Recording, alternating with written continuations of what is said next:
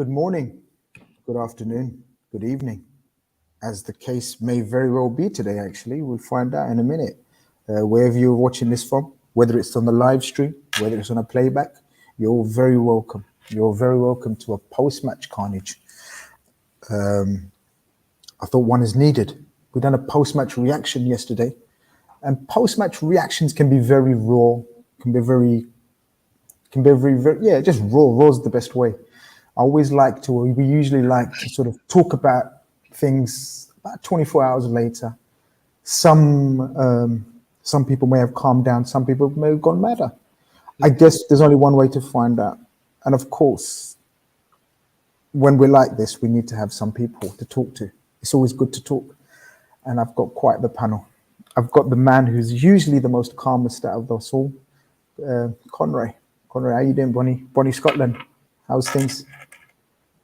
Yeah, no, I'm doing all right, Grizz. As you said, it's better when you give it a day. You're a bit riled up. Grizz asked me, I said I could make yesterday later, but then Grizz couldn't make it. So by that time, I couldn't make it. I think it's a blessing, to be honest, because I sent Grizz a voice note today and I was a bit riled up last night. Not even like, moaning. It was more just a case of, we'll get into it, but I was in shock of a certain forward reactions and how that just will not pass at this club. You're just not going to get away with it. So I'd calm down and listen to other people's reactions. I think that helps as well.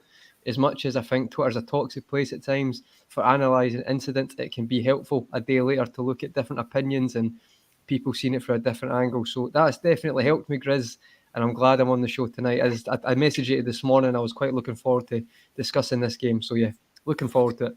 Yeah, people that tuned into any of the shows last night will know that post-match ratings were quite savage. I may look back at them and with regret. I may not. I was pissed off. You do what you say. What you No, do. you double down with it, Grizz. That's what I like about him. You double down, and Yeah, Holmes encourages it. He does because he loves it as well. He likes to go just as bad. I was seething. But we've got a question for you, Conroy, before we go on to the other chief guests. Conroy, how's Leighton Clarkson doing at Aberdeen? Well, I've actually ironically spoke to Aberdeen fan today. Funnily enough, that's just a coincidence. But I actually spotted him. He scored a really good goal. It was last weekend, I'm sure it was, from distance. Seems to be doing pretty well so far. And if it's anything to go by, Aberdeen have suited quite a lot of players this year. Previously, when you think about Calvin Ramsey, we've signed, but also Lewis Ferguson, who's signed for Bologna. I believe it's Bologna in Italy. So, for a breeding ground to improve players, I keep telling you guys that SPFL is a good place and there's some bargains to be had, and hopefully can continue that form. Fun fact as well, James Maddison played for Aberdeen before he actually lit it up for Norwich as well. So it'd be interesting to see. I think he's doing well so far. Obviously, it's only been a couple of games in, but we'll keep an eye on that. But good question, Usman. You've been bigging up the Scottish Premier League, haven't you? You've been in the WhatsApp groups talking about how there's a whole heap of talent to be sort of bargains, basically. There is bargains. And one of the guys you were talking about was the guy at Southampton, Aribo. Aribo, yeah. Yes. Yeah, so he started off well, hasn't he? He's been okay, not too bad. Yeah, he's done well. I'm not convinced personally, but well, it depends what you're looking for, Chris. I'm looking for someone who's 6 million, and it's when people are paying like 30 million from people from some European leagues that are not paying off. If you look at Southampton, Stuart Armstrong from Dundee United, from Celtic, that's paid off. He's been there for about 4 seasons now. Aribo, I would say another one, if you want to get into it, is Glenn Kamara is an absolute bargain to be had. He was signed for 50 grand from Dundee. There's lots in Scotland, Grizz, but I know you like Patterson, and I do think that will be a bargain because he's so young. He already starts for Scotland. He is someone I would say could do big things. I just don't know if Everton's maybe the right club right now. I was just going to say I don't know how he's going to do in the Championship. That's the only problem. That's maybe yeah. But it is what it is. I'll come That's on. A realistic shout, Grizz. That's a realistic shout. Everyone's going to start asking you about every random player in the Premier League. Now, we're not going through every player, like Haji's son and everything. First super chat tonight, Chainsaw says, I love your balanced opinions. Are we one-dimensional? We're going to get into it. Great question to start off. Well, one of the questions we'll get into. Jamie, how you doing, my friend? Let the people know where you're tuning in from today. Or, sorry, I beg your pardon, not tuning on, participating today. Yeah, so I'm actually down in Brazil at the in-laws. My wife came over to the United States, spent a year with me over there. And so coming back for the first time in a year, everyone's super excited to see her. But yesterday during the day, there's one TV in the house, and I sort of had to politic and bargain with everyone in the house right to watch the game. And it started off with me asking my mother-in-law, hey, can I watch this game? And she said, another one? Because I had watched a Flamengo game in Brazil previously over the weekend. But everything turned out to watch, and I'm here. Couldn't be more happy, and it's a pleasure and a privilege as always. No, it's good. It's always good to have you on, man. Always good to have you on. And it's always amazing and humbling to have on my man, my personal friend, and then football Kall pundit, analyst, whatever you want to call him, podcaster extraordinaire, Mr. Mo Stewart himself. How are we? I'm good, man. I'm good. It's funny. The name of the show is actually quite fitting this week because there was lots of carnage yesterday. Not only on the pitch, but also there was quite a bit in the stands around me. I mean, atmosphere-wise, I don't know if it always came across on TV, but I was in the Kop and the sound was literally just bouncing around. It was like sonic booms at times, and the atmosphere was so feral. But it was also kind of, I don't know, it was a very bit un-Liverpool because it was unrefined. It wasn't what we needed at the time. I mean, as you say, we'll get onto it. But before I go any further, I want to say I'm wearing this here T-shirt as a tribute to all the people like me who said that Liverpool going to come flying out the blocks this season. You've gone back in the bush. Oh, that meme. You've got to own your mistakes, Grizz. That's what I noticed. I didn't realise what it was there until you said that. That's right. You know what? I've worked it out now. That is actually people, there's over 200 of you in here already. You know what to do. Smash that like button before we really get into it. I guess I'll stick with you. Mo, and talk about two aspects of looking at it, and depending on if you're a glass half empty or glass half full type person. Yesterday, Liverpool continued their unbeaten run domestically to 30 games. Believe it or not, that's a fact. Conroy, I'm speaking facts here, Conroy. Don't fall off the chair. No, have you seen that meme where it's like Klopp winning the league with Dortmund running out, and it's like someone said Van Dijk increasing his unbeaten run at Anfield. Well, I'm just stating facts. That is now 30 games unbeaten domestically. In basically the two domestic trophies and the league, we are now 30 games unbeaten, which is quite the record. But it's also the worst start in the Premier League under Jurgen Klopp, Mo. A strange and awkward type of start to the season, as you said, many expected, anticipated, and hoped, me certainly, that we're going to come out all guns blazing this season. Pre-season looked really good, especially the end of it in the Charity Shield. But very quickly, in a matter of a fortnight, there seems to be a bit of a definite mood shift, mood swing. Do you feel the same? Yeah, it's weird because I feel like this kind of whole injury situation precipitated it, and it's started with lots of little cuts. And I do think that with none of these incidents are really major, but when they start to add up, and then you put that first performance on top of it, and then everything becomes a little bit more scrutinized, everything becomes a little bit more anxious, and then you add in more injuries. And then even from that, then you see the team and obviously the whole thing between everyone expecting to see Joe Gomez, then he's on the bench, not on the starting lineup, and there's Fabinho, and then suddenly it gets a little bit harder. And then they don't start that badly. They start putting the pressure on. They look like they're trying to kind of shake the last week out of their system and start fast, but they're not precise enough. It's a little bit frantic. It's not quite what it needs to be. And then, as what normally happens in that situation when you're trying too hard, the opposition go at the other end, bang, bang, bang. And then suddenly you're a goal down. And suddenly you're looking at 1 point from 2 games. And suddenly you're thinking, where did this come from? But to their credit, like you said, as much as that unbeaten run, I'm not exactly imagining Virgil van Dijk getting back to his room and just ticking off another one on his little board going, still unbeaten. Still unbeaten. The matter is that it is still hard to beat Liverpool Football Club in a game of football. It is still really hard to do. And even at our worst, that's still the case. So that in itself is something to build from. My biggest concern right now is that the immediate problems don't have immediate fixes. Yeah, Conroy, Mo touches upon sort of that is something to sort of guess the only consolation at this stage is that we are still a very hard team to beat in a game of football. But we also know that with our experiences of league campaigns last 4 or 5 seasons, we know a point. We've lost the league twice with a point. Because of a point, and we know draws are just basically pretty much like defeats. How are you feeling after 2 of those draws in the first 2 game weeks that very much we expected to get maximum points out of? How's your mental state in terms of Liverpool? Anyway, I think yesterday, Grizz, it's a hard one yesterday because in my head it splits into two games yesterday, 11 against 11.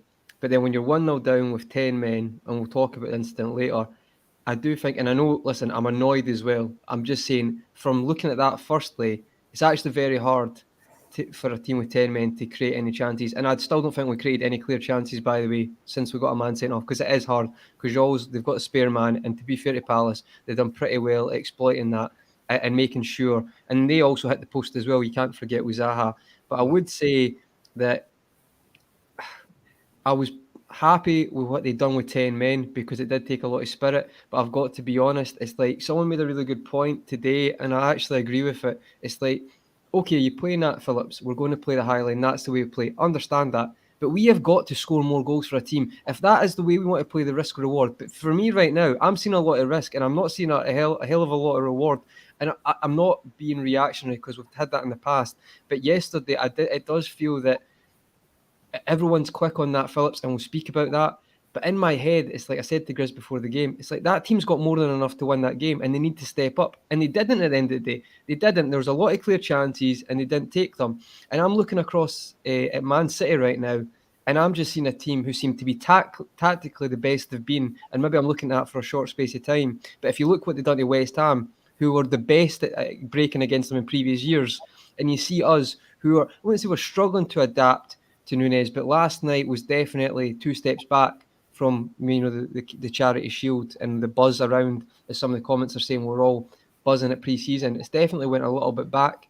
But my overall feelings was, I did compare it to City, and it might be difficult to do right now with all the injuries we've got and everything behind the scenes. But City lost to Tottenham. So that's 3 points straight away last year. They lost in the first game. And then they got it back. Now, I know it sounds mad, but it is only 4 points. The thing is with Liverpool is we have to get our arse into gear, though. We have got to, the way I see it is we have to beat 2 top 4 teams now, which we beat 0 last year, by the way. We beat 0 top 4 teams last year. Obviously, we're one of them. So the 3 other teams around us, that's got to change. If we can do that, we've got a chance. But we have to kick on. And I'm a bit worried we're not going to. I'm not saying it's over or anything like that. But I do feel that as Mo said about the injuries right now, I don't know if we're quite going to be at it for where we need to be. I think we get away with this if we get going now. I'm a bit worried about the United game now. And Grizz, we were speaking this other day, people are like, oh, we'll trash them easily. But now it feels like that attitude's changed a little bit. And now it's like, oh, but what if Liverpool don't win? And I'm a little bit worried about that. Jamie, the last week's overriding emotion, an overriding opinion from people that I like to speak to about a game of football. I mean, obviously, each to their own. But the people that I like to speak to in terms of football chat between friends and socially, whatever, the overriding opinion was, for the first time in a long time, and I personally said since the Brentford away game last season, I questioned their attitude and desire. First time. And lo and behold, Jurgen Klopp came out afterwards and questioned it as well and said, maybe I didn't motivate them, or I have to find out what happened between the Charity Shield and the Fulham game. This game wasn't about attitude and desire for me. I thought we started with brilliant attitude, brilliant desire, brilliant energy. That first 20 minutes was probably the best we could have hoped to play with that personnel on that pitch. And we're going to get to the personnel, but are you of the same opinion in terms of the attitude and desire was there this time? I think some of the things that we have to think about are how many times Liverpool has come back from a losing position to gain points. And I feel that we're at a point where, not in terms of our intensity, but our confidence has switched to a little bit of arrogance at points. And what I think highlights this is on the play that we concede in, right? You have Trent and you have Fabinho both going towards Eze out on the wing. And I think both of them are sort of caught in between, well, who's actually going to go get him? And then it becomes very clear it's going to have to be Fabinho because Trent is a little bit out of the play. And in this situation, I'm just thinking as I've watched it back, you have to give a tactical foul there because it leads into, in this game, I had so many questions about, there had to have been conversations that would have happened related to different things in the context of the match. Specifically, when you know who's behind you, you know that you have Nat Phillips behind you. And when you know that, you cannot let someone get a free run in behind him because he's toast. He just doesn't have the legs and the pace to get there. And so when you know that, you would have to take the tactical foul there because it's a high percentage opportunity. And lo and behold, Wilfred Zaha goes in and makes it look very easy, although it was a beautiful finish. And it leads into other things about, I feel like one of the things related to our style that plays against us at points is when we counterattack and counterpress, it's very, very conducive to our success when we're already winning games. And so when we have to bring things back, as opposed to once you get the first goal, the game completely opens up, we're now having to do a lot more work, which relates to what Conroy is talking about for the risk for reward. And so I feel like one of the things that's predicated in our style is just being a little bit more efficient in the final third, because we created a multitude of chances in the first 10 minutes, which was really 7 minutes and 30 seconds because of the 2 minutes that Guaita eats up when he goes down. I mean, the first play of the game, it looked dangerous. If Darwin had been there a second earlier, that's a goal. That's a goal for sure. And you have various cutbacks and different situations of play where you see Salah and Trent inverting and switching. This creates and opens the play for when Salah comes in and Trent goes out. I think it was about at trying to see here, maybe 9 minutes in. No, Yeah. 8 minutes in. Where 8 minutes in was when the switch happens, where Van Dijk hits a perfect long ball, Trent cuts it in, and Mo just doesn't hit it properly, but it goes directly right, about 2 foot to the side of the right post. And so you think, okay, we're purring here, but we never get that clinical touch. And that's what I mean about the confidence shifting to arrogance, where we think we know our quality, we know that we will produce chances, instead of thinking we have to be hungry dogs about this in the moment from minute one, where it's not that we're lackadaisical, but I just think we have to be more efficient. I agree with most of that. I just don't think it's coming from a place of arrogance. I think it's coming from a place of anxiety. I think it's all of what you were saying before about the attitude, all of what we've all been saying about how it wasn't right and how it needs to be put right. That was almost like they were trying too hard. They were trying to force it because it wasn't there, because they didn't feel the confidence of knowing that eventually it's going to come. I was saying this on a show this morning for the Wrap. It's like there's been times when you're at Anfield and the chances are building, but they're not being clinical. And you'll think, okay, it gets to the halftime and 0-0, and you think, it's fine, we'll win this game 2-0. And then we do win the 2-0. And then there are times when you think that that's just not going to happen. And I feel like yesterday they didn't feel like that confidence, and so they were snatching at things. That's why that chance you mentioned in the first minute, the one that kind of fell to Milner, that goes in, it's a completely different game. For and sure. I feel like the need to try and get an early goal to settle the nerves was almost counterproductive in terms of the efficiency. And that part, that's the part that I'm also slightly concerned about, the frantic nature of the whole game. I don't think there was ever a point when there wasn't a little bit like that. And then you look at the guys on the pitch, Henderson, Milner, Van Dijk, like these guys should be calm. They should be able to be calm. It's something I'm going to come on to later on in the show when we specifically talk about midfield. But the age profile of our team at the moment is weird. It's like that. And no one, hardly anyone in the middle. And I believe that might be part of a separate issue. I'll come on to that in a minute. I absolutely agree with you, because I tweeted yesterday and some people obviously didn't understand it, and people interpret it how they want to. And obviously, sometimes I explain myself, sometimes I don't. You know, it is what it is. But and I think you're spot on about the anxiety throughout the team, Mo. And sticking with you for this part, I wanted to sort of go back to the lineup. And when that lineup's announced, I think not only anxiety that you noticed at the time, sort of maybe within the team play, but I noticed, well, there's definitely anxiety within the fan base. Yeah. You see the lineup, because you're saying in game week 2, we're relying on the youngest central midfielder and the oldest central midfielder to be the 2 attacking 8s in the system that Klopp has pretty much nailed in the last few years. But he's persisting with this formation. All the talk in pre-season and a lot of shows on a lot of platforms was about potential changes in formation and style of play, depending on the opposition, depending on our selection options. How anxious was it at the time when you saw the lineup and it's still a 4-3-3?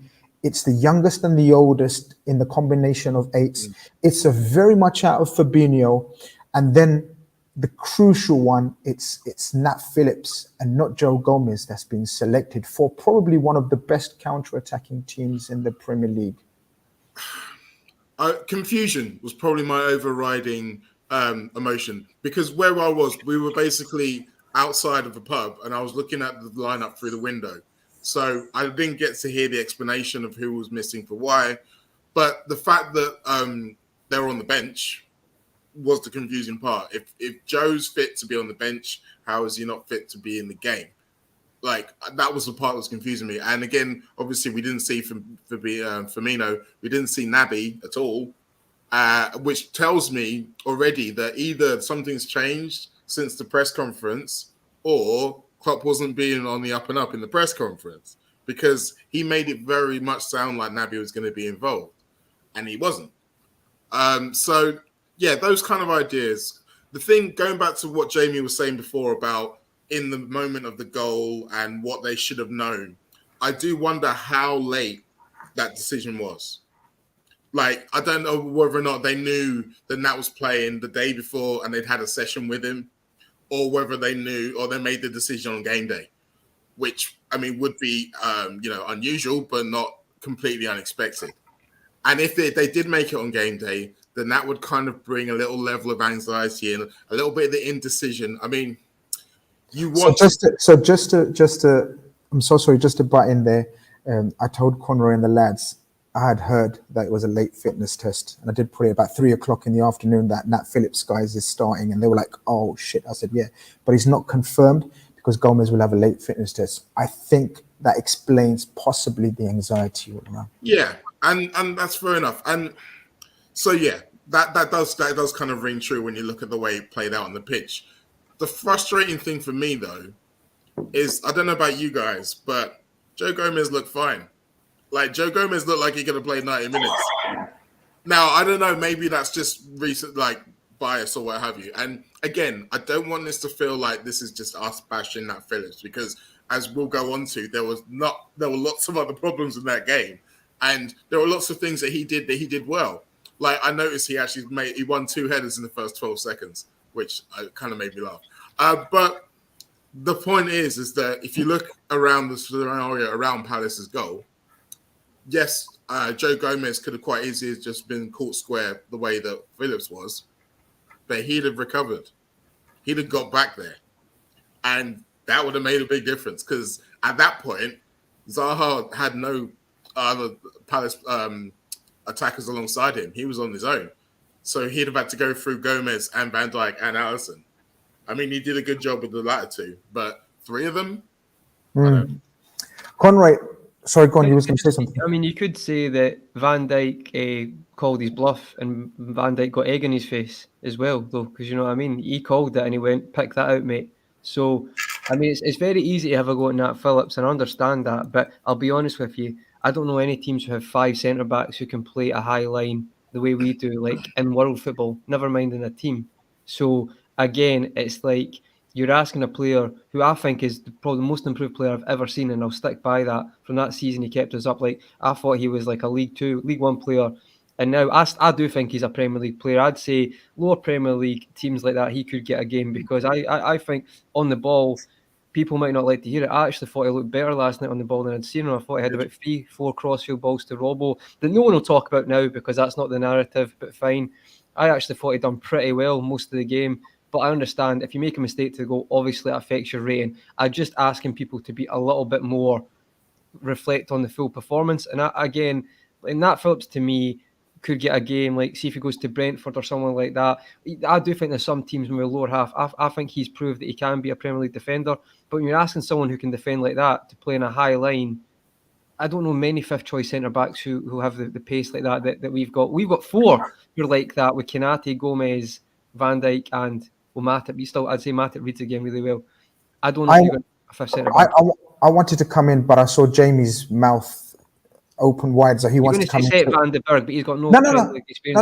No. I was going to say something else. Go on, Jamie. You go first. My initial point was that Fabinho and Trent were to blame for the goal, not Nat Phillips. Nothing to do with Nat Phillips. Yeah, no, I'm not talking about you, Jamie. I'm just talking about in general. No, for sure. But also, if you're talking about what's happening on the goal, as you mentioned with Van Dijk, and also we have the best one-on-one goalkeeper in the world. Alisson sat on his heels a little bit. I know he was cutting down the angle. Maybe he could have come out a little bit. I want to stay on the Alisson point, because that was a very interesting debate I had with Omar, who's in the chat today last night, about that, and I wanted to get your guys' opinion on that, because we had a bit of a disagreement with the Nat Phillips. Nat Phillips is we know what Nat Phillips is.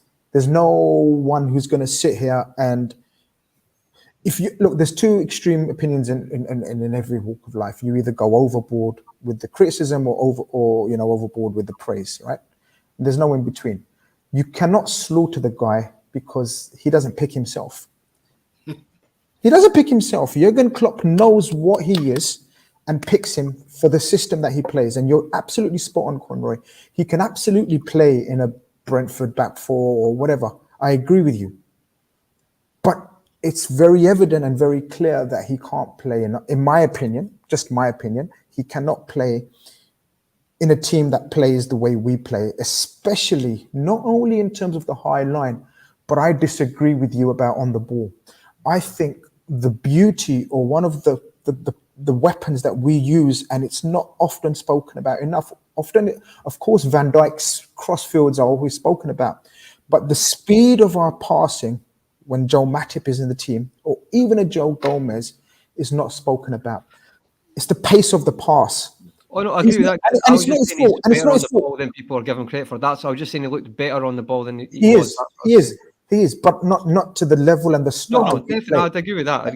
Yeah, I just thought he's not like horrendous. That's all. No, of course. But that doesn't help with what I think me and Mo were talking about, or Mo was talking about. I wanted to question him more about the anxiety throughout the team. Because, Conroy, I'll stick with you, Conroy. Even though I said that first 25 minutes, or before they scored, basically, was very good, it was frantic Liverpool. It wasn't the old... Do you remember how we speak about Liverpool? We peg them in and we control them and we don't let them out. Even though we didn't let them out until the 30th minute, the creation of our chances was through pressure as opposed to calm, calculated interplay, I thought. Yeah. And I think one of the reasons was the randomness of the team selection. The shape was the same, but the personnel in key areas was slightly different, I thought. Yeah. And of course, one of the main key elements that we haven't even touched upon yet was Darwin Nunez up front. What did you think about that first half performance? We're going to obviously get onto the other. Yeah, no, I won't take too much of the sting off the incidents we're going to discuss about Nunez specifically. But I get what you're saying about the cohesion. Is you could tell that it's a really good point actually when you reflect and you talk about the franticness. And I don't like how sometimes people always go to this, but there is a lot of maybe changes of personnel who've not played in that specific lineup before, especially I'd say midfield and attack. We can talk about defence and stuff. We know that was obviously we wanted Gomez to start, but I think when you say that, guys, you could definitely tell, because now when I looked back at the game earlier, it was a lot of kind of like, I think it's the Harvey Elliott chance, it hits the defender. That kind of comes from pressure, franticness, and I would say the one player I thought was very actually on it, as he usually is, was Trent. I thought he actually did find some great passes that we should have done better with. But I do agree, Grizz. Like you could tell that at times it was more like let's really pen them in with pressure and then we're going to basketball the goal in, if that makes sense. Just make it frantic and we'll get the lead and then we can compose the game. But as I say, it's the Premier League. Like, honestly, all jokes aside, but Wilfried Zaha, right, has probably contracted himself into not getting a big club because of what he done with Palace. But that's the quality so many teams in the Premier League have got. Like, for him to put that in the stanchion, you can never read the Premier League. This is why you see the results we get. So to do it that way and the lack of cohesion, that team's not gelled or played together a lot, you could definitely tell with that in the opening. What did you think, Grizz? Did you feel that Palace are going to open us up here, or did you feel like their goal did kind of come against I know it's against the run of play, but were you really surprised by it when it happened? No, and I don't know how to explain that. Yeah. I wasn't. I mean, Mo was at the game, so I'll ask Mo's opinion, but I wasn't. Wow, out of the blue, I kind of expected it because of the non-controlling nature of our play. Do you know what I mean? Like the frantic nature of it. We were playing well, but it was I don't know how to describe the well I mean. It was high intensity, it was very much like Jurgen Klopp in his early tenure at Liverpool. Yeah, like rock and roll type. But not as technically good as that, though, because even that Dortmund team were quite in the early Liverpool. Grizz, I know what you mean, though. It's more just like I felt we were trying to hit Nunez too early. Jamie, I don't know what your thoughts were. I thought we were playing. He was making some brilliant runs. And I've said it from the start, and Conroy knows, I've said it from the start, he's not going to be technically pleasing to the eye, and aesthetically he's going to be, opposition fans are going to think, really? But he's going to be effective. Absolutely, he's going to be effective, and he's going to be a chaos maker for us.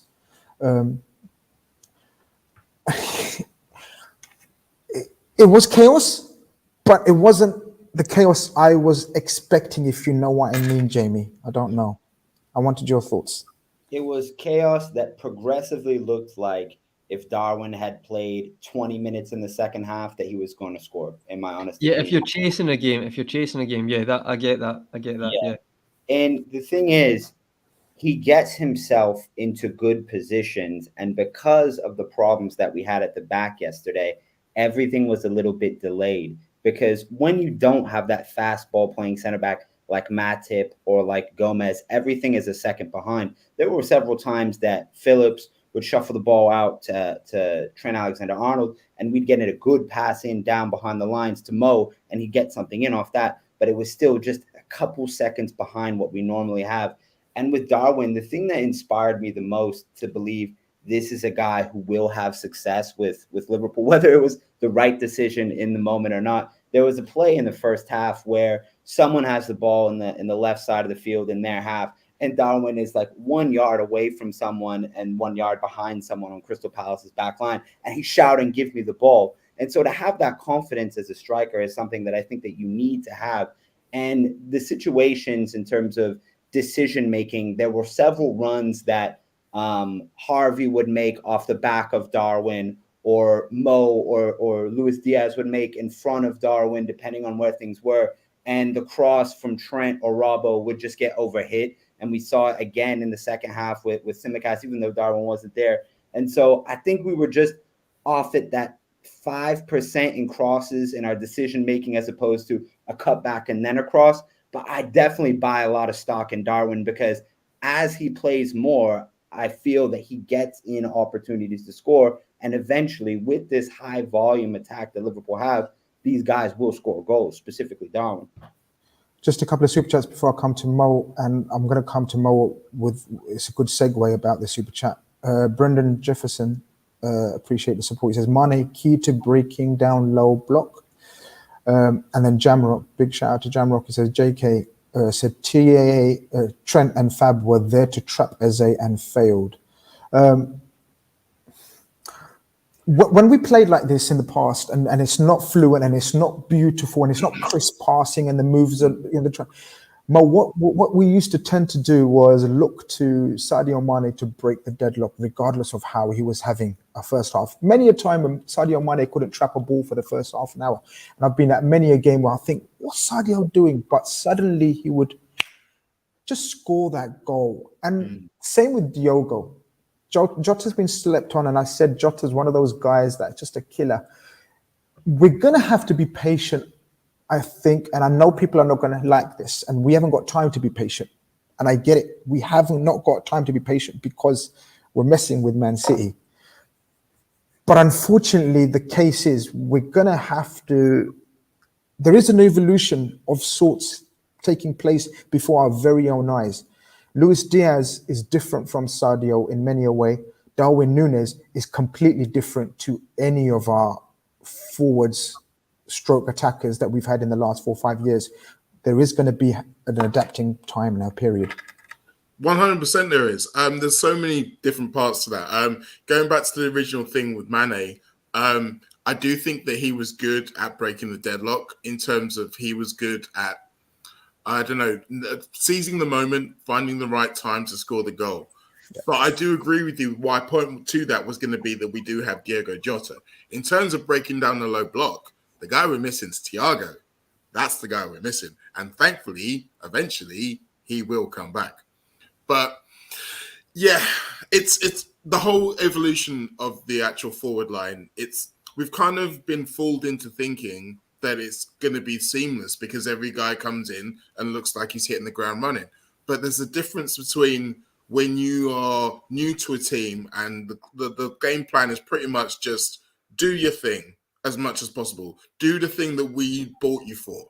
And then eventually we'll assimilate you into how everyone else moves. You'll start to learn the chemistry.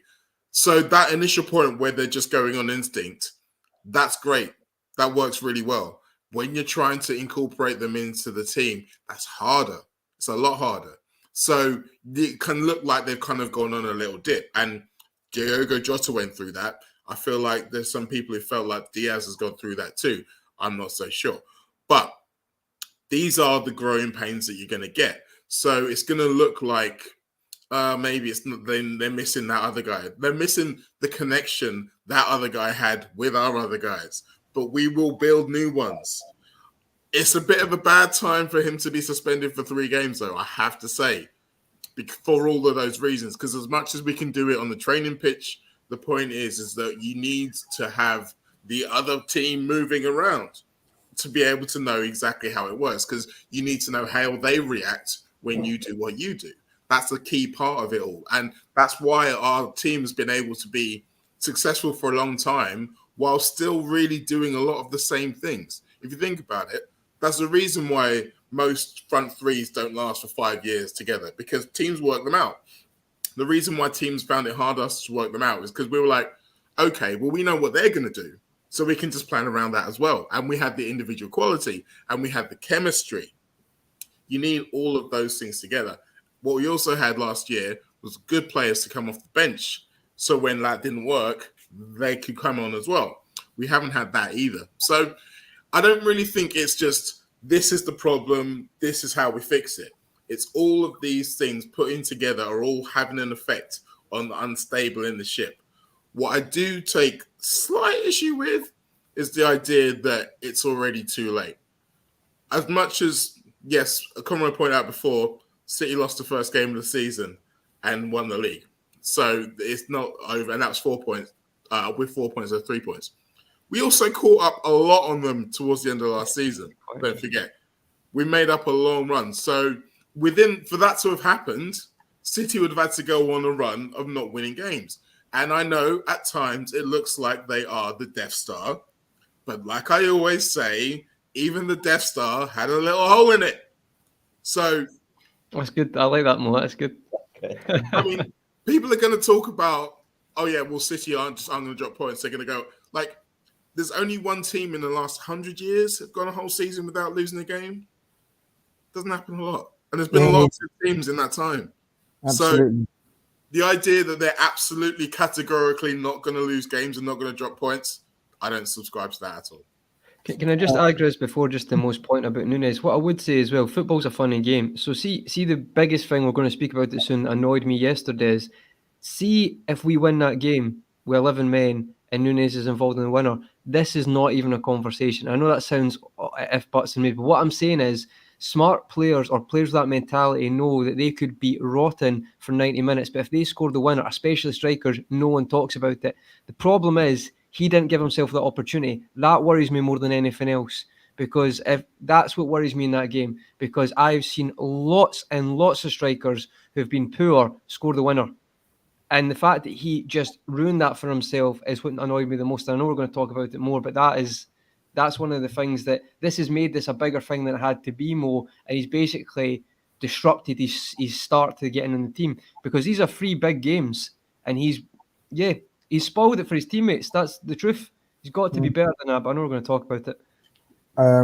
Super chat from Selection. It says, think we need to start having a convo about Robbo. He's been bad since for a minute. Him and Diaz aren't clicking. Would see Costas get a run of games. We're going to Selection. We're not going to not talk about it. We will talk about sort of senior members that, in my opinion, are not pulling up their pants, so to speak, if you know what I mean. He follows up. He says, misconception with us catching City. We had 3 games in hand. We won those games and still was a point behind. City will go on a run just like us. They're on a run. But anyway, we'll get into all of that as well. Conroy, I don't know if you watched the ratings, and me and Omar had a little bit of a debate, a chat around the goal. Because look, as you guys have said, we had our chances. We put the pressure on. Mo misses a chance. Harvey's shot is going in until one of the defenders blocks it. Nunez has a chance, I think. And Milner in the opening minute with his own initiative in terms of in the initial press, brilliantly done, lacks composure, so forth. But in terms of their goal, everyone's spoken, and I'm not going to do the Nat Phillips. We know what Nat Phillips is. We know Nat Phillips is what he is. Even though we said we're not going to see him again last season, we've seen him again in game week 2 already. Let's hope that Gomez is okay for the next 2-3 weeks before Matip comes back. The 2-3 weeks after that, and then Konate comes back for the 2-3 weeks after that, and then we have our full quota. Let's hope and pray that's the case. So Nat Phillips, again, thank you very much. Don't want to disrespect him any more than he's been disrespected on the social medias, but fair's fair. He's not up to the standard that we're competing with. Some criticism, some quarters are speaking about Virgil van Dijk in his play in the goal. And one of the theories from Omar was he thinks we tend to do this a lot. Our centre-backs tend to do this a lot, where if there's a chance of not obstructing Alisson's view and he's not clean through, our centre-backs, he thinks, are almost instructed or have a pact between themselves and Alisson. Give me a chance to shoot this. Don't obstruct my view. What's your thoughts on it? Because there has been certain people that speak about that Virgil van Dijk, Matip, even Gomez, we lay off. We don't actually block the shot. Any thoughts and views on that? For me, when I look at that, I would say the angle is backing Zaha not to find the corner from there. But what I would say, my initial thought was just thinking about how Virgil defends. You watch it all the time. Jamie might want to add something to this, but for me, he'll never dive in there because the case he could cut in. So he'll never expose him to cutting onto his favoured foot. Now, technically, I know he hits it with his right, but you'd still probably say the angle's against him there. So I think you've seen that a lot for Virgil, where he will assess that situation and go where he thinks percentage game. I don't mean percentage game, but he'll probably look at that to say, right, the odds are in my favour that way. And he has done this in the past. I don't necessarily know if it's like you, as Om said, which you might be right, but you give a keeper a straightforward shot, because surely, like, if you can put a block on it, that's better than anything else, because you could clear it for a corner, clear it back. You might say that a deflection might cause it to ricochet and go the other way, but I don't know. It's a hard one for me. For me, when I look at it, I feel like he's stopping him cutting back on his favoured foot and being able to whip it, because then he has the full goal. Then he can come back on himself to that corner or the far corner. With this angle specifically, he's got to hit it in the far corner and whip it around the post like a Thierry Henry finish. So I think he just looks at that the odds are in my favour that way. And in hindsight, it's very easy to say he could have dived in, but then I've never really seen Virgil dive in a lot usually but will not, try but and not, block it. but not even dive in. Mobilize, like be more active, maybe. Yes. Jamie and Mo. We're Anything? talking about split seconds here, though, guys. Talking about split seconds, you know, it's very easy to slow it down and say that. I know, no, I take that point, but I do think that this is a pattern with the way that Virgil does it, and I hadn't thought about the whole Alisson angle, which may well have something to it as well. But there's been times where he feels like Virgil is very much a presence as a defender. Alisson is very much a presence as a goalkeeper. They're known for being fantastic with one-on-ones. That psychology a lot of times spooks attackers. So there's a lot of times where they're just playing poker. That's being like daring someone to do something. Intimidation, yeah, and so you're right, Conroy. Virgil is trying to steer him onto his weaker left side. But what he didn't do is put in that extra burst of pace to get alongside or ahead of him, because he allowed him inside, because he did hit it with his right foot. So in order for him to be able to do that efficiently, he's got to put that extra burst in. And there are lots of theories as to why he doesn't do that as much recently. Obviously, he is still coming back from a rather large injury.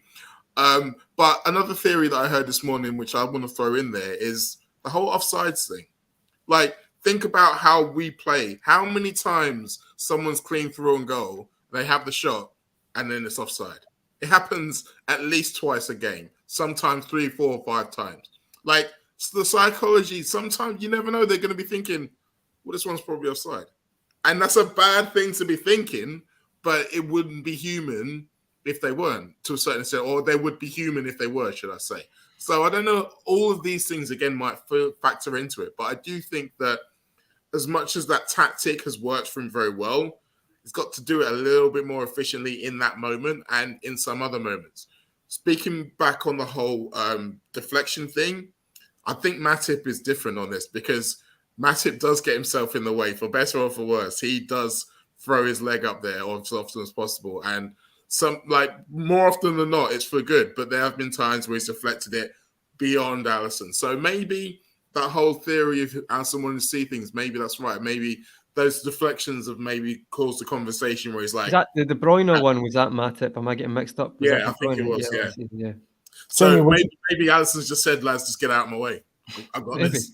And to be fair, Zaha had to hit it off the inside of the post. Yeah, it's some finish. I do think we need to it was. I was sitting right in front of that goal, and I had to take a minute to be just like, damn, that was good, because I was not expecting him to do that. It was an absolute... Dad's got that in his locker. Like, honestly, he really has. It was a laser guided finish, and the first attack of the game, and it hurts and all of that. Jamie, did you want to come in on that before I move to the next point? Yeah, Grizz. I just wanted to come in on this because this is something that Klopp had said in the post match presser, and you had clarified it about. Klopp had said something along the lines of it was like a witch was in the building this past week, which I think means he was alluding to lots of different people in the squad had to drop out for reasons that he didn't name specifically. And I think this whole goal goes back to the thought process of, I'm imagining Joe Gomez had been in the repetitions in training throughout this week until a certain point, and then late they had to change to Nat Phillips.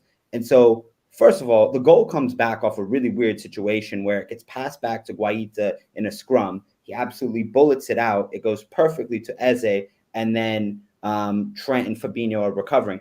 I think Trent, Fabinho, and Virgil van Dijk all kind of forget in the minute, oh, it's not Matip or Joe Gomez there. And that's why when we talk about the offsides line and the rhythm that you have to be able to have that confidence in keeping that line, that it gets broken rather easily and sheepishly there. And that's the thing that I'll leave it there with. But I think it's a clear thing of this was something that was a team that was strung together at the end where things were coming to fruition right at the last minute. Jamrock says both De Bruyne goals last year was deflected off Matip. Yeah, I definitely rang a bell. Oh, because the one at the Etihad as well, it spun up. Yeah, that. Well, you know what? That's a funny one. That. So yeah, definitely. But just on that, I wanted to ask you, Grizz, because I actually missed your comments on Fabinho last night, and with Mo and Jamie talking about that goal. Let's just be honest. We're not being reactive early season. What do you think of Fabinho's performance last night? Because I've seen people throw stats out to say he was class. just watch the game. He wasn't great last night, but how bad do you think he was? So you've been reading my WhatsApp agenda again. I've really not. I just want to know, because sometimes when I'm watching a game and I'm emotional, I don't assess it the best way. So that's what I ask your opinion. Yeah, no, I respect that and appreciate that, but I'm getting very suspicious because that was a segment that I wanted to just keep, like, He in terms thinks of I do this two right. players. He thinks I've got into his phone. Yeah. Your FBI shit, man. But we're gonna get to that. Thank you. But we are definitely gonna get to that. Halfway, as soon as they score, Mo. As soon as they score, there's a feeling of. Tell us the feeling in the ground first and foremost. As soon as they score, because we've been on top. And we know we need to take the lead, and we know this is the fucking 6th or 7th time we've gone behind in a game. It's not looking good because we're looking around at our bench and we're thinking the first 11 have got to do this, and that's the hardest part as well, because they've got to not only do this. Sorry, they not only got to come back, but they've got to, do it for 90 minutes. They've got to equalize and get another goal. What was the mood just going in at halftime? Changes straight away, but what changes? Well, that was it. I don't think there were people who were saying changes straight away. I think we were confident we were still able to create chances. Obviously, we still had 11 players at halftime.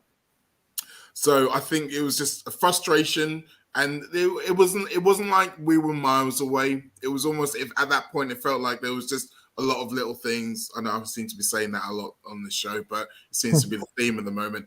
And it was not that far away from getting it back. Obviously, the sending off does change things in terms of the atmosphere and mood. But in general, I think we were just pissed off. And I don't think we were pissed off at us specifically. It was just everything. Like, there was lots of, obviously, time wasting going on, all those kind of things. That is a fair tactic for all teams, but pisses off the crowd. Always pisses off the crowd. And then you add on top of it the fact that we're not clicking. And then, like you say, the goal drops.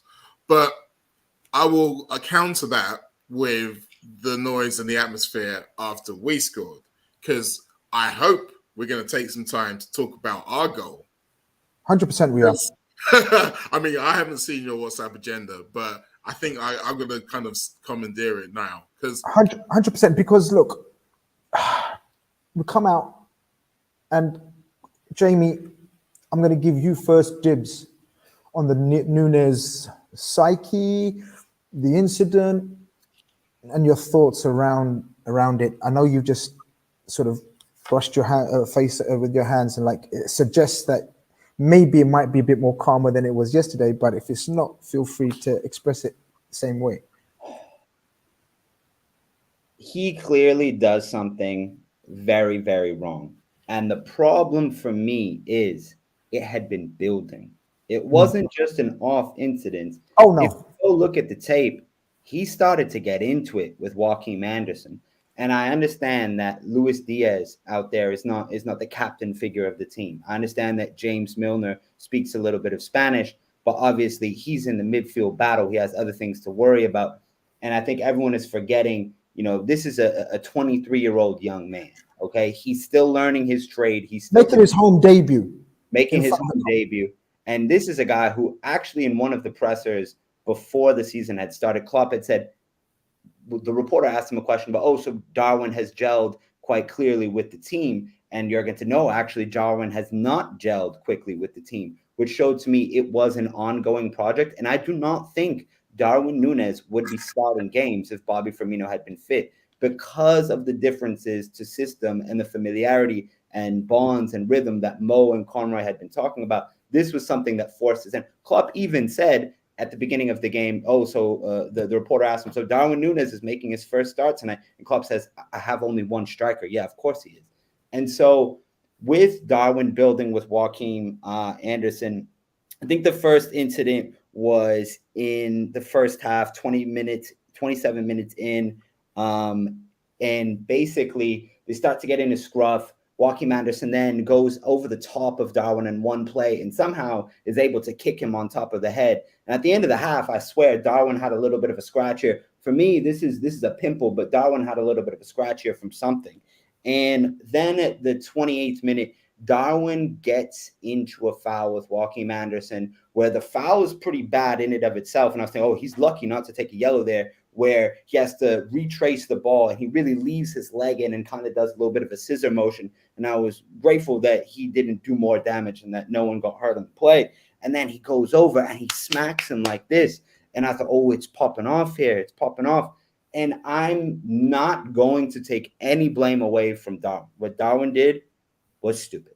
It ultimately wasn't the reason, in my opinion, why we drew, because we gave up a goal with him on the field, but it was the reason that we were not able to win the game. That's how I will go on Darwin. And someone could say, well, you're being lenient. We obviously didn't win the game because of Darwin, but that's how I see it. And my only question is, how come someone didn't talk to him to settle him down? And I understand at the same time, for the type of player that he is, you need him to be able to toe the Diego Costa line. Somehow, Diego Costa was able to play on this line where he was an absolute menace to defenses and got all the benefit of the doubt and was able to get into spaces and just be an absolute nuisance and be effective. He went over the line several times, but Darwin clearly got agitated to the point and worked up to the point where he went over the line so far, and there was no coming back from that. He forced Paul Tierney's hand, which, if you watch the game, Paul Tierney didn't blow his whistle for the first 17 minutes. So if you give him a decision, he's not going to give us any benefit of the doubt. So for me, Darwin did himself bad, put Liverpool in a hole, and he'll have to come back from it. But I'm supporting him. It was one mistake. You get one of those. One thing I would point out on the maybe having a word with him point is that, is there anyone on the pitch who could have? I think the only other guy who speaks his language is standing at the other end of the pitch. And maybe didn't even see those incidents, so wouldn't have thought to bring it up at halftime.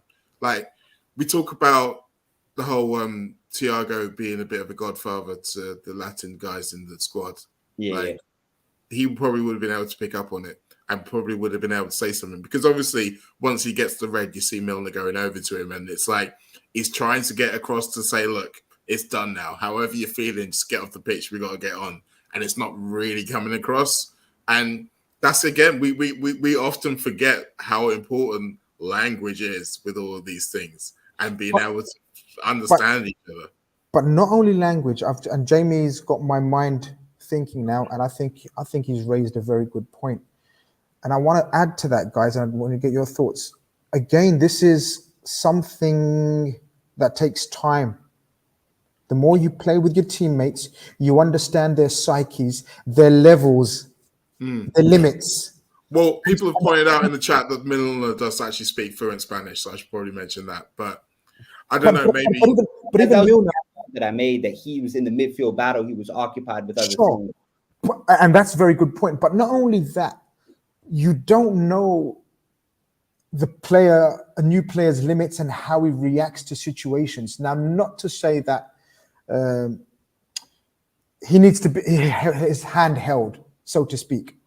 But these are small things that take time to evolve. Relationships, you know a player's weaknesses, strengths, mentality-wise, everything. And it's just one of those things that is unfortunate, and it blew up in our face, blew up in Anderson's face.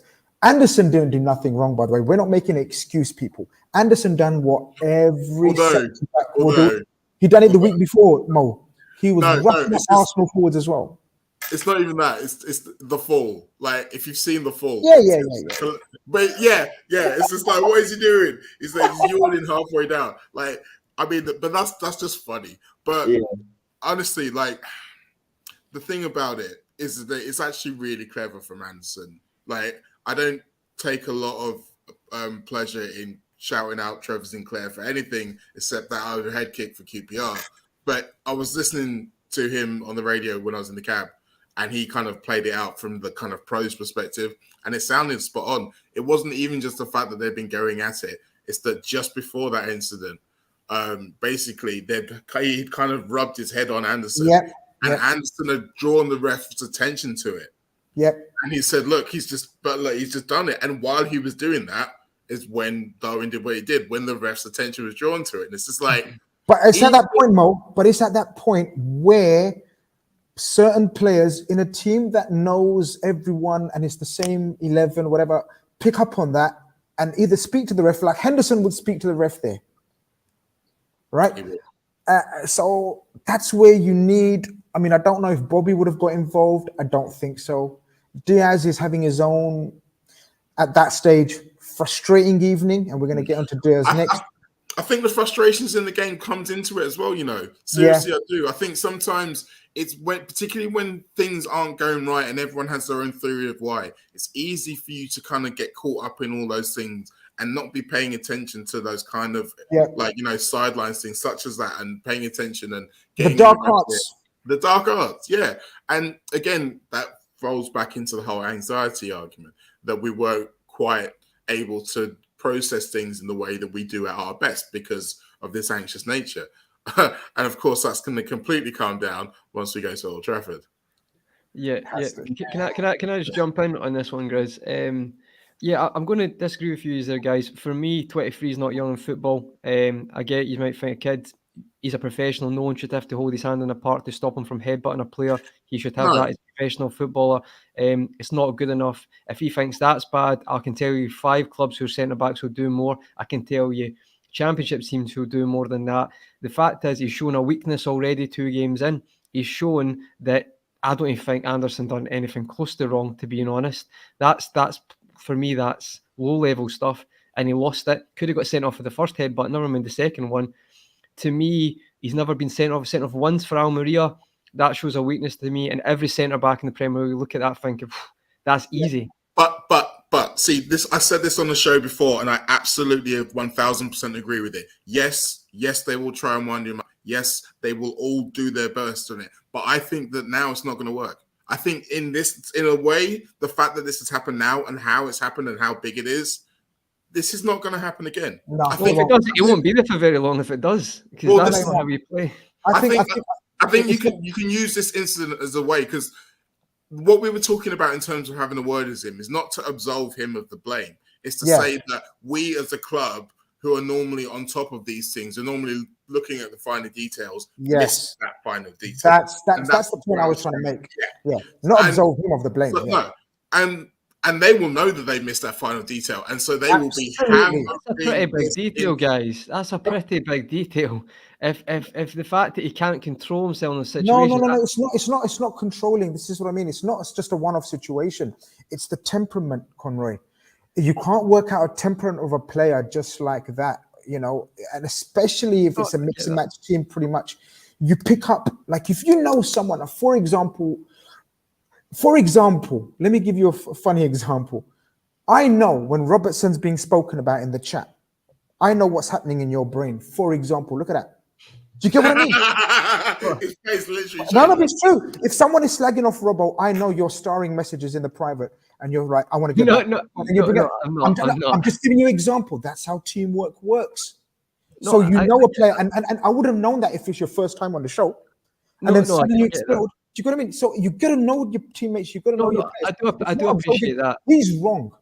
Nunez, as Jamie says initially, Nunez is not absolved of any blame.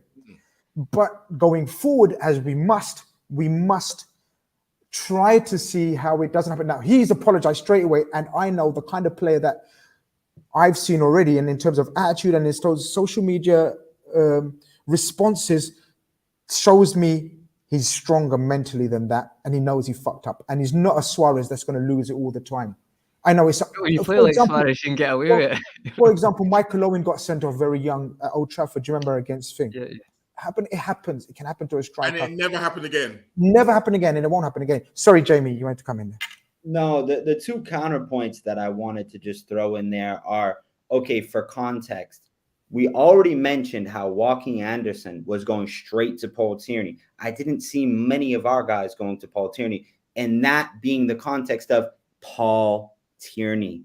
I am pulling my hair out. There's no benefit of doubt. It's a red card. It's headbutt. No. I know. Have a brain. Come on. But there are so many things that go on that lead up to that point. There's pushes. There's grabbing over the top. There's fouls that don't get called. It's going to happen in every game, Jamie. This is football. And the point Jamie's making is that you nip it in the bud before you get to the point of him making the headbutt. That's the thing that we didn't do. I think we're getting to the headbutt that should happen. That shouldn't happen. No, it shouldn't happen. It shouldn't happen, but that doesn't mean to say that you can't still stop it happening. You know, I get what you're saying, it would help the situation, but there's no way I come off that park and blaming any other professional. And I get you're agreeing with that. And I get we're saying, like, oh, it could have helped it. But for me, he's literally headbutted him within, I think, 4 seconds. So I don't know how the player's going to come over. He's actually, he's blew the whistle before Anderson's hit the ground from the headbutt. So I don't know how any player's going to get there to stop that. But the point no, is... No. We're not talking about that part. The instance that happened 20 We're talking minutes about the build-up. That's when you get into his head. I know, but you know, so for example, it's a hard one. No, it's not, Conroy. So think about it. At halftime, if like it's come to our attention, and obviously you don't notice it in the game, I am going to pat myself on the back. I knew Anderson is being overly aggressive, but I knew that from the Arsenal game. He was exactly the same with Gabriel Jesus, who's far more experienced in the Premier League. Let's not forget. Yeah. So Darwin Nunez is not. Now, the point I think the guys are trying to make, and obviously slap me if I'm wrong, it's not about that incident itself, Conroy. You're right. You're 100% right. That's way too late to intervene. But let's say at halftime they say, look, we know he's roughing you up. Simmer down, Premier League. Don't react. It's going to cause a problem for us. Issue. Job done. Over. But no one's picked up on that. And it's the finer margins we're trying to analyze as opposed to he's done wrong. That's the obvious analysis of the situation. He's fucked up there. That's the obvious analysis. What I'm trying to get into, I think, what they're trying to do is how could we have prevented that being a new player from a different environment and losing his head. Don't let him lose his head. Oh, that's fair enough. It's easy to say, looking back in hindsight now, but what I would like to have seen happen is when that first started going on, was for Milner to just kick him up in the air, give him something else to deal with. Yeah, and so he's not focused on him anymore; it's focused on Milner. But guys, it's the kind of thing that Milner's very good at. I knew this is gonna take up the core of the chat. But as Mo says, apologies, I went on a bit there, guys. Not one other player's done violent conduct in this team. The only red card was Robbo's, and you could probably argue that could have been even a booking against Spurs. So it's unprecedented. That's all I was wanting to say. You're spot on. We absolutely agree with you coming. Yeah, I want to come on to shout out Blue Chip Avi in the chat. I don't know if he's still in the chat. He was saying, can you save a segment for Luis Diaz? His performance. I want to split into 2 segments, and feel free to whoever wants to go in. I found his first half performance pretty indicative of his time at Liverpool so far. I found it flattering to deceive, in my humble opinion. There was good bits. He held onto the ball very well. I just thought his final pass, getting off the shot, was so close to being perfect, whatever. For me personally, just me personally, and we get your advice and your opinion, Luis Diaz came alive at that sending off. Luis Diaz, for the first time, took on the Sadio Mane role of Superman. You know, when games where people have mentioned Sadio Mane so many times today, for me, that's the first time in the Liverpool career Luis Diaz became the new Sadio Mane in terms of something needs to happen here. Now we're a man down. I'm gonna take over here. And for a period, he completely took over the game. And for me, that was the shining light, apart from Harvey Elliott's cameo, which we would give credit to as well. Luis Diaz in that period, go for it, the goal and everything. I don't even know who wants to speak on it. All at once. Right, so I've done enough talking for the past 5 minutes. No, I agree that after the sending off, he looked a lot better and he looked a lot sharper. I think the weird thing about it is that from where I was sitting, the thing that I was annoyed about in the first half of the forward line was they were too far apart. And the thing with the whole Diaz thing is that it felt like he was just trying to find somewhere. So he was just kind of roaming around, and it didn't look like a pattern of play. It looked like he was just trying to float. And in general, with your point on Diaz, going back to what I was saying before about the difference between the start and then becoming a member of the team, he looks like he's at that point in his head where he's trying to decide between his instincts and what he's been told to do in the team. So It's almost like, rather than normally he'll get the ball and you think, right, who am I running at? Where am I going? Where am I going? Where am I going? The amount of times he got the ball and his first look was inside. Who am I passing it to? Who's 10 yards away? Or who behind me who I passed it to? So he's trying to build up that muscle memory of what to do in those situations. And that is robbing him a little bit of his inventiveness. And then second half, obviously, it's a broken game. We're down to 10 men. Desperation has ripped even further. And he's like, nah, squash that mess. I'm just doing me. And it worked. And it worked because him doing him scared Palace. And it moved them around in a way that we weren't able to previously. That was the Porto Diaz. Where he is the main man. I also do think that generally the players being closer together in the attacking areas did help. I think there was a point, part of the problem with Nunez's frustration is because we were trying to hit him with longer balls or curved balls, and there wasn't enough players around him at the time. So he's basically just having this revolving battle with Anderson, just trying to win the ball and then getting frustrated when it's not going to where he wants to be. He's not got people who is going to give him a pass, he'd get another pass back, move around, just like shift them around a little bit, building up patterns of play. And once there was not him there and it was Salah and Diaz, that kind of came back a little bit. So I don't know. I mean, obviously, we're going to have to find a way to play without Nunez in the short term anyway. Hopefully, Bobby is back, because if Bobby's back, then those kind of link-ups, that's kind of his forte.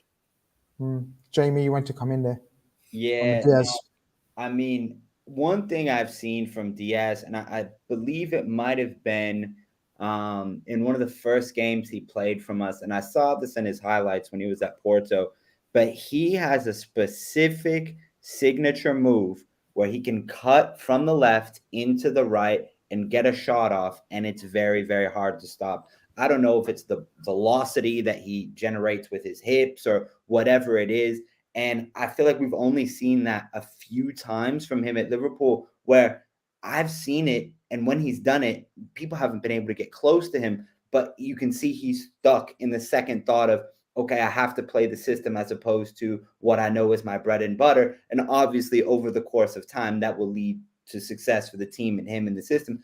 But I want to see more of getting into the situation that he got into in the game yesterday, where he gets in, he swerves through 3 or 4 players, absolute blinder. He gets through there like a ski slalom person at the Olympics and just curls it right into the top corner, or mid corner, we can say. And it was just an absolute beauty. And I just think when he gets that confidence to be himself, he'll evolve from that move, because defenders will now perceive, oh my goodness, it's Luis Diaz on the left wing cutting in right. And that will open up the backdoor pass to Robbo for a cutback cross, or back stick pass to Mo, all of these different things that can evolve once he's able to solidify the confidence that he has to do that. And so for me, it was an absolutely great sight.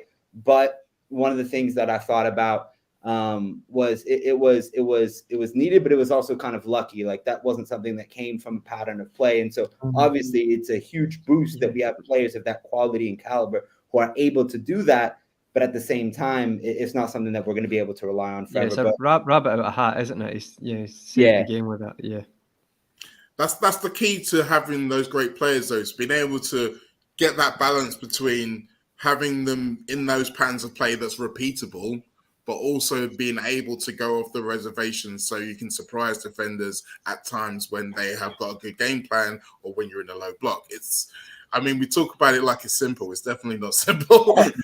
Yeah, can I just add to that as well, guys? I've got to be honest. I think last night, I don't think Diaz was great first half, but I'll be honest, I actually will not put the blame on him. In the past, I've seen it against Fulham as well. For me, there was space down that left that Robbo has got to be bombing up and down to overload, because if he goes further up, it creates more space for Diaz. But what ended up happening was it was like Diaz and Robbo, like Diaz is deep and Robbo's right next to him. And that frustrated me all night, because I felt like if he overlapped Diaz, it would have created a bit of a pocket for him to get the ball, Diaz, and run into the defence more. I feel like it definitely improved, obviously, after the red card, and he just kind of said, I'm just going to go for it myself because we're not creating anything else. But I think that's got to improve. And just on the earlier question, Selection said, I wouldn't be against putting Tsimikas in for a bit now. I mean, don't get me wrong, I don't think Tsimikas done much when he came on, but the thing with Robbo is you usually have that overlap. But at the moment, that looks like it's off as well. So yeah, I wouldn't necessarily be against that. Everyone assumes I would be, but as I say, he has to. I don't know. It's like it's ups and downs. He'll have one really good game, and then he'll have 3 games where he's average. Now it's because I watch his performance very closely. I'm seeing this before it becomes like a narrative. Like Trevor Sinclair today is saying Robbo had an off night. I was like, Robbo had a few off nights recently, but if you're not watching him analytically all the time, you're just maybe going to assume that because of the standards he's set. I don't know if I'm looking at it too simplistically, but for me, it feels like this is the second season in a row that he started the season slowly. And it's the second season in a row where he's had big games in the summer for his country and played a lot more than anyone else because he's the captain. And I don't think those two things aren't related. I'd agree with that, Mo. I have said that. I just think it's little things though. At the moment, it's getting me. I'm not expecting to have a barnstorming game, and even the overlap. It's just little things. Just like even he's defensively, he's always pretty sound. But even then, it's like little moments. He's like against Fulham, he makes that great block, and he runs in and gives the ball away instead of just keeping the ball like he usually would. Like he's just doing things now that's frustrating. I do agree with you because he had that 2-month spell where he scores against Spurs and gets the assist against Spurs, where he just went on a run of games, and I think that was most of these 10 assists came then. But it's strange at the moment. So I just wanted to add, I wouldn't be against that, but for me, he's overlapping was one of his main assets. Just didn't help at all last night. I don't think that helped Diaz either. Just one quick thing. What you've just said sounds like a guy who's still a good player who just needs a break. Yeah, he never seems to fully get a break. This is the thing. This is what I wanted to come to. Now, Luis Diaz was sparkling. We must speak on Harvey Elliott's performance overall. The kid is a gem. I thought he was superb in that first half in the opening spell. James Milner done what James Milner does in terms of energy, pressing, attitude, desire, but obviously his legs can't last the 90 minutes. Harvey Elliott was doing all of that, but with a touch of panache and class as well. And it's so beautiful to see from the youngest player in the team. His link-up play, he's almost earned the respect of Mohamed Salah and Trent already. And that's huge. Mohamed Salah actually, I know sometimes people talk about Mohamed Salah and the selfishness, but he actually looks to pass to Harvey Elliott. That's how much he trusts him in terms of his touch. And that's only going to grow. Harvey Elliott was superb. I thought Trent, again, I agree with you, Conroy. I don't know if someone said something about Trent. In fact, I disagreed with something about Trent in the first half. I didn't think Trent was great in the first half. I thought Trent was great in the second half. Again, when we're down to 10 men, the energy to not only play as a defensive fullback, but to be the most creative and sometimes end up in their box, I thought was huge testimony to his level of fitness now as well. I'm just want to balls I was meaning in the first half, Chris. Not necessarily his performance, but he was still finding the through balls. He was the only player who looked like he was going for that all the time. That's always that's his forte. But in terms of a lot of his accusations about energy and drive and getting into sort of goal scoring positions, I thought was great in the second half. Definitely. Henderson's substitution. Obviously, we're running out of time, so I'm going to I thought Henderson impacted the game very positively. Again, one of those decisions where could he have played? But I think we'll wait for that because I think we may have an eye on the Man United game. Again, the Klopp's psyche and the theory. Obviously, someone sent in a super chat asking me to speak on Fabinho. No, I think your question, sorry, Conroy, about Fabinho. Yep. I'm ready to have an uncomfortable conversation about Fabinho. Here we go. I'm ready to have a conversation.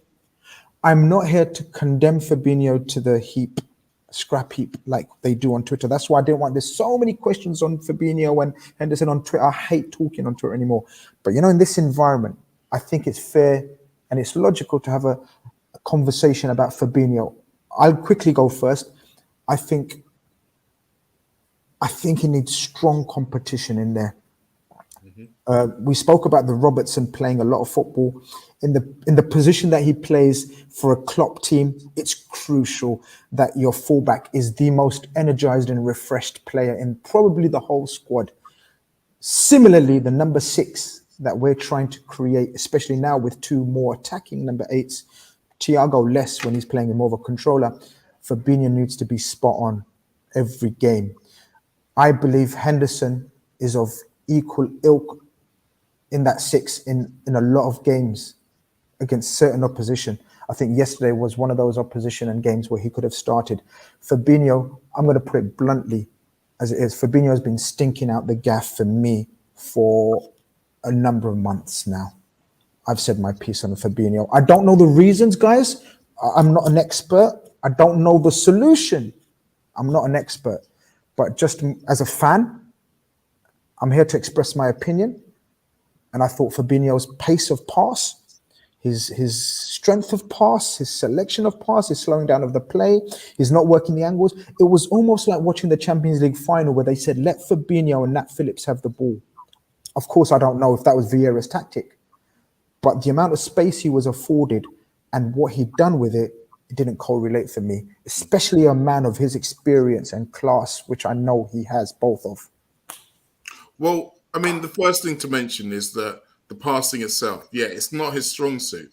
And in that team where he's playing alongside Milner and Elliott, obviously Harvey's creating his triangles, he's dropping shoulders, he's trying to kind of wriggle around space. But in terms of being the guy in the middle and spraying balls left, right, centre, like that is Fab's job within that move.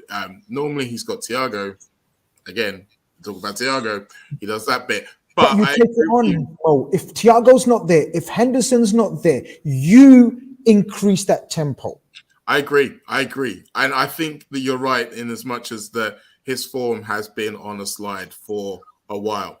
I also agree the competition's part of the problem or the lack thereof. The fact is that he hasn't had anyone when we would talk about some of, if we look at last season, for example, some of the players who have traditionally maybe been either inconsistent or unreliable were more reliable and more consistent.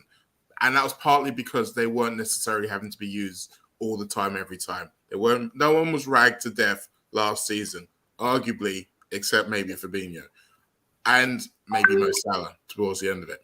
Yeah. And so you have that situation where when someone's not playing at their best, you're not taking them out of the team. And it's some people can play their way into form, some people can't. Again, this is another one that there's not an obvious solution for, which is why it's an uncomfortable conversation. It is. And I agree with you. I don't think it's to say that he's on a scrap heap, but no. We were talking about midfielders before, and I mentioned the age profile of the midfielders. I'm going to break it down to you. I've literally got the stats right here in front of me. We got 9 midfielders, haven't we? Technically, we got 9. No, we've got 9 midfielders. And we've got Carvalho, 19, Harvey, 19, Curtis, 21. And those are the young 3. Then you've got the older guys. So you've got Milner, 36, Henderson, 32, Thiago, 31, Oxlade-Chamberlain, 29. And then you've got Fab, 28, and Naby at 27. Now, I'd say the peak years of most good footballers are between the ages of 23 and 28. Maybe if you're a defender, it goes a little bit older. But for midfielders, those are your prime years. Now, Fab is 29 in 2 months. So he's already, he can see the edge of his prime. We've got 2 midfielders who should be saying in and around their prime. That's Fab, who's one, who I've just said is on the edge of it. And then Naby, who's obviously consistency is another question. Then we look at Man City. Their 2 number 6s, Rodri and Kall Phillips, both 26. You have Jack Grealish, also 26. Bernardo Silva's just turned 28. So they've got 4 guys in their engine room who are at their peak and ready to run. So they can rotate them. So that's what I think we're missing. We've got guys who have got potential to turn into elite players, and we've got guys who are on the edge of coming away from being elite players who have been elite players for a long time. We don't have enough people in their primes right now. To be honest, for Man City, I'd probably include Foden in that because he's 22, but he's had a lot of years in the Premier League and now he's cresting. You get the impression that he's going to be able to maintain as good as he is and maybe get better for a while. That's peak playing years. So I'd add him to the mix as well. We've got one player really in that frame. And the problem with it is that that's also not the frame that we're looking at in terms of transfers, is it? We're looking younger. Yep. Go on, Jamie. Grizz, we're not the only people who have seen this or who have had this debate. We were in for Aurelien Tchouameni for a reason. because it was clearly a place that we have thought, okay, that's one place where we need some more depth, we need some more competition, because I want to say post AFCON, Fabinho was not hitting the same heights that he had hit previously earlier in the season last year. And for me, I want to throw him a lifeline just for the context of the game, because Nat Phillips was there. I think as the late change that we've discussed, he was drifting into Nat Phillips' space and suffocating him, which I think was a factor as well. But the thing that Fabinho used to do so well was sit 10, 15 yards in front of the center backs, take a peep over his head, have the guy on his back, take a touch, turn, and progress the ball. I didn't see him do that once yesterday. Not it once. Was cycling the play, and it was going to either. But he did it. But he wasn't even pressed to do that. Exactly. He wasn't even required to do that, Jamie. He was afforded space, and yet he didn't drive into that space. Not once did I see him drive into that space. Sorry, I've spoken. Conroy's got me on Fabinho. Sorry, I wanted to answer some of the questions to what I was saying that have come up in the comments here about people mentioning midfielders in their 30s are still going on. So, first of all, Luka Modric is a wizard. Luka Modric is a wizard, right? Oh, he's a one-off. Yeah, there's one-off. We'd take Luka Modric. We're not debating that. We'd definitely take Modric. Right? But like people have mentioned like Deco and Andre Pirlo and stuff like that. The profile of what they've been asked to do as a 6 is not completely the same. Different. They're not doing the athletic job. They're not doing. No. They're doing more of the Thiago role. They're not doing the Fabinho role. Completely. Real Madrid, if you look at Kroos, Casemiro, and Modric, they are the exception that proves the rule. And the reason they prove the rule is because Real Madrid have literally already replaced them. They bought Tchouaméni, they bought Camavinga, they bought Valverde, but they're so good they don't need replacing yet because they are wizards. But that's not reality. That's not how it works everywhere. There's always exceptions to the rule. There's always exceptions to the rule, and that's the example. So yes, you can have midfielders who are good into their 30s, but if you want a defensive midfielder who's going to have to be athletic and be able to be passing well, then you need to have some people in their prime athletic years. Yeah. Well, Conroy wanted my opinion on Fabinho. I've given it. Conroy, I don't know. No. Listen, I think it's good we've brought up, and we don't do it in a way that's let's just shout it out from the rooftops to see who hears it. We've done it in a calculated way, as we always do in this channel, and it's always a great debate. And again, it's a pleasure to always be on.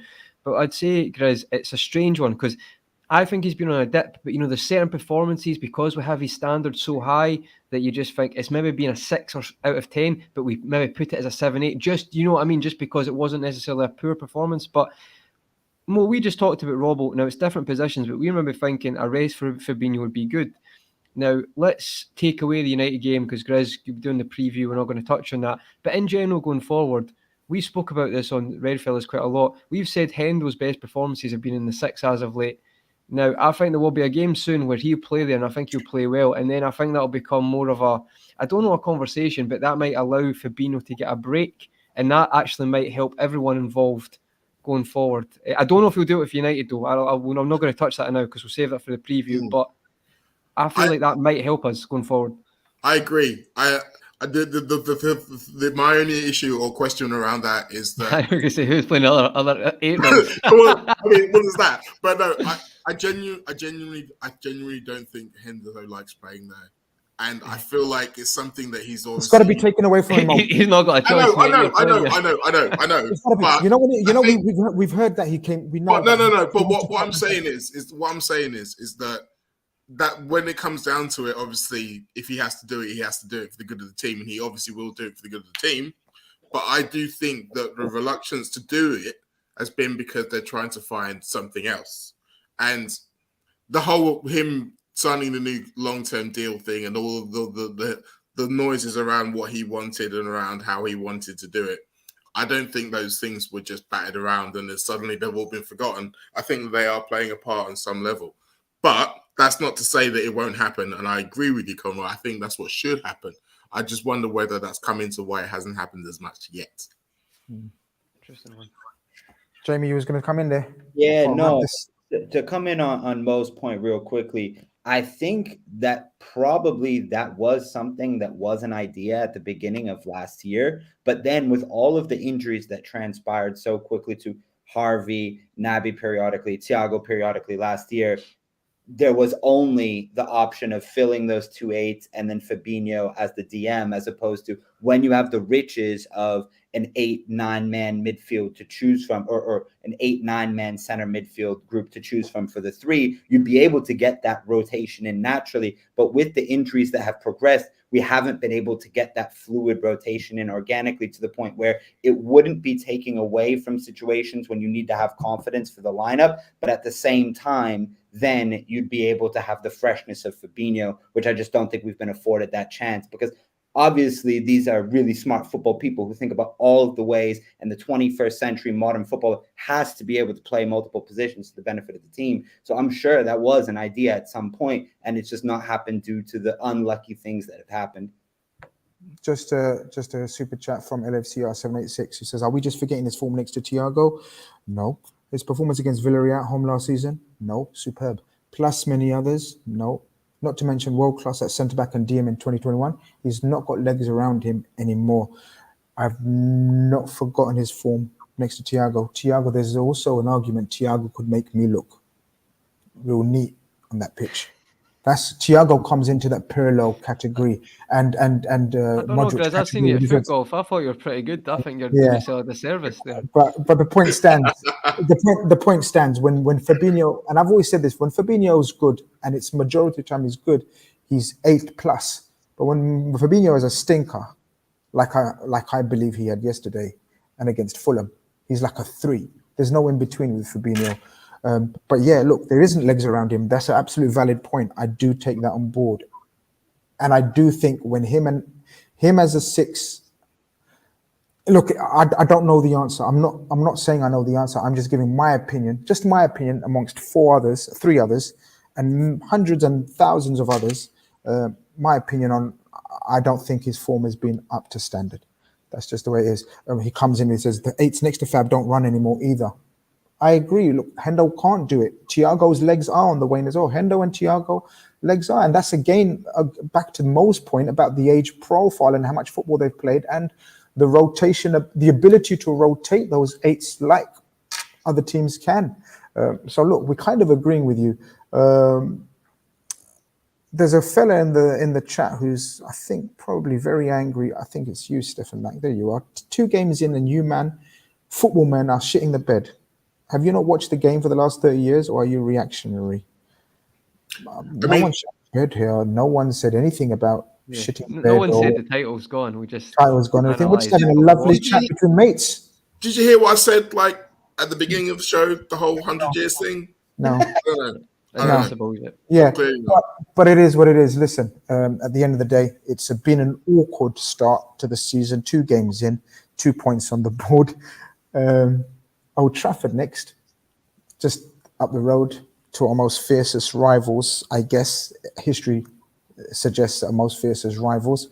It may be ignited now with our current form and their current form. It should be interesting. I mean, as Conroy says, we will have previews galore coming up this week. But I doubt if I have the pleasure of Mo coming on any preview, so I'll get his thoughts very quickly on the game. Mo, just very quickly, how you feeling about that? I know we've got 6 days left. I mean, it's a bit different, right? Emotions are a little bit different what they would have been a week ago, 2 weeks ago. In terms of the potential mental anguish, yeah, this is not a fixture you'd want, because as Conroy mentioned earlier, the fact is you can't help yourself for wondering, but what if they lose this game? But the fact is, I don't think we'll lose this game. I think we'll get our first win on the board against Manchester United, because I think we've got problems and they've got bigger problems. And I think that their bigger problems are probably going to supersede everything when we get to the game. But in the time between now and then, we're going to hear a lot, and it's going to be a lot. But I think once we get onto the pitch, we'll be okay. Conroy, I'm hoping to get you on one of the previews. No, definitely. Put me down in the preview, because it's too big a one. We need to talk about it. I'm not going to get your opinion. Jamie, how are you feeling? I know you're very positive normally. Has it taken a dent If it hasn't, like I said to people on Twitter, fair play to you guys. Like, people know that I don't go overboard with the criticism and I don't overpraise as well. I try to keep it balanced. And people were like, Grizz, this is not like you giving up. I haven't given up on anything. I just said it was a shit performance. It's been a shit start. Why can't I say it how it is? But I'm still calm. I'm still cool. As that boxer's catchphrase I've started using a lot now. I'm feel. Jamie, how you feel? Well, I know that you can't win the Premier League in the first 5 games, but you can lose it in the first 5 games, I do believe. And so with that being the situation, I think it's utterly imperative that we go back to basics. And it could be a good thing that we're in this position where now we realize, okay, the Premier League has started. We're right now in a 4-point hole. Okay, let's use that to our advantage to give us motivation to wake up a little bit and start to build some consistency and rhythm. I'm going to go for a 3-0 win at Old Trafford. I know that's a lot for going to Old Trafford, but I believe in these Reds, and I think it's only a matter of time before these chances start to fall. And we get a clean sheet, by the way. I'm tired of giving up goals. I'm tired of giving up goals first. Let's throw that away. 3-0 win. I'd take a draw at half time right now, Jamie. I'd take a draw at half time. Guys, let's just all remember what happened there last year, right? Right? But Mo, this is what it does. It messes with your head, this game. And Grizz agrees with me. It messes with my head. Like, all logic goes out the window. You know, it just messes with your head. The nerves kick in. And it's because it's that trauma in your head from previous years. You know, you can't relax going into it. No, I get it. And the logic going out the window is why we've struggled there previously. However, I do think it's a really easy team talk. It's like you've conquered this castle before. You've raised it to the fucking ground. Go do it again. Go do it again. Guys, I'd love to do this again and again with you guys and carry on doing it, because this is the chat that we all needed, I think. Last night's show was slightly different to tonight's show. Hopefully we've given you a bit of therapy around the whole scene. It may have worked on some. Some may need more sessions. Tune in tomorrow for more sessions. That's all I can say.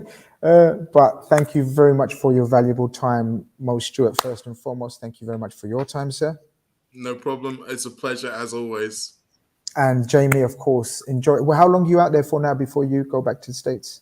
So I'll be back leaving on Saturday, and my preseason for the high school team that I coach.